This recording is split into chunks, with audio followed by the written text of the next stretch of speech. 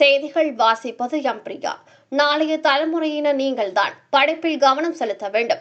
மாணவர்களுக்கு விலையில்லா மிதிவண்டிகளை வழங்கி அமைச்சர் கீதா ஜீவன் பேச்சு. தூத்துக்குடி புனித லசால் ஆண்கள் மேல்நிலைப் பள்ளி 11ஆம் வகுப்பு மாணவர்களுக்கு அரசின் சார்பில் விலையில்லா மிதிவண்டிகள் வழங்கும் நிகழ்ச்சி பள்ளி வளாகத்தில் நடைபெற்றது. பள்ளி தாளாளர் பிரிட்டி தலைமை வகித்தார். தலைமை ஆசிரியர் ஜான் பால் முன்னிலை வகித்தார். வரலாற்று ஆசிரியர் அந்தோணி அம்மாள் வரவேற்புரையாற்றினார். வடக்கு மாவட்ட திமுக செயலாளரும் சமூக நலன் மற்றும் மகளிர் உரிமைத்துறை அமைச்சருமான கீதா ஜீவன் தமிழக அரசின் சார்பில் நடைபெற்ற தேசிய சாலை பாதுகாப்பு விழிப்புணர்வு மாத விழாவில் ஓவிய போட்டி, வனத்துறையினர் சார்பில் ஓவிய போட்டி மற்றும் கட்டுரை போட்டிகளில் தேர்ச்சி பெற்ற மாணவர்களுக்கு கேடயம், ஊக்கத்தொகை வழங்கி தொடுதிரையை தொடங்கி வைத்து பள்ளியில் 11ஆம் வகுப்பு படிக்கும் 80 மாணவர்களுக்கு விலையில்லா மிதிவண்டிகளை வழங்கி பேசுகையில் தமிழக முதலமைச்சர் ஸ்டாலின் உத்தரவுக்கிணங்க வழங்கப்படுகிறது.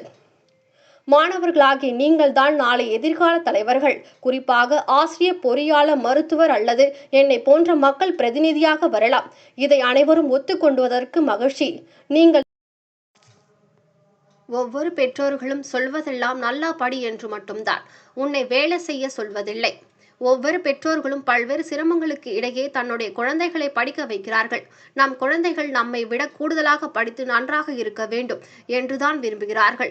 அதனால் கவனத்தை சிதற விடாமல் ஒருமைப்படுத்திக் கொண்டு ஆசிரியர்கள் சொல்லிக் கொடுக்கும் படிப்பில் முழுமையாக கவனம் செலுத்தி படித்தால் அனைத்தும் புரியும். அன்று இரவே அந்த பாட புத்தகத்தை முழுமையாக படிக்க வேண்டும். போட்டி நிறைந்த உலகம் இது. அப்படிப்பட்ட நிலையில் உங்களுக்கு இது புரியாத வயதாக இருக்கிறது.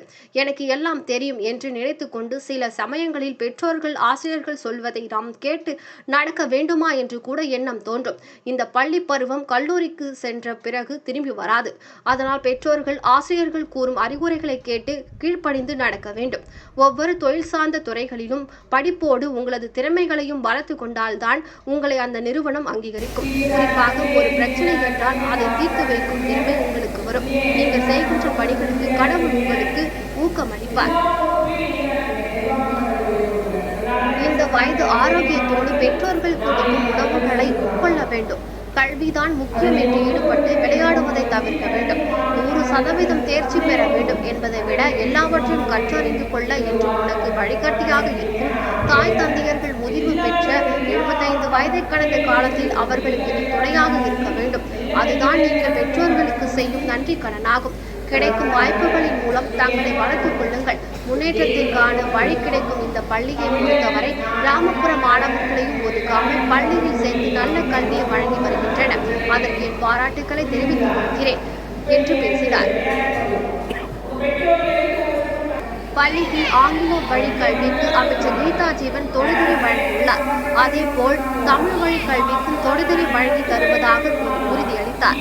விழாவில் பகுதி செயலாளர் ஜெயக்குமார், வட்ட செயலாளர் தேவ்சிங், பகுதி தகவல் தொழில்நுட்ப அணி அமைப்பாளர் சுரேஷ்குமார், பெருமாள் கோவில் அறக்காவலர் குழு தலைவர் செந்தில்குமார், ஆசிரியர்கள் ராமச்சந்திரன், கென்னடி, சேகர், ஜெயக்குமார், பெற்றோர்கள், மாணவர்கள் கலந்து கொண்டனர். ஆசிரியர் மேக்ஸ்வெல் நன்றியுரை கூறினார். Iya,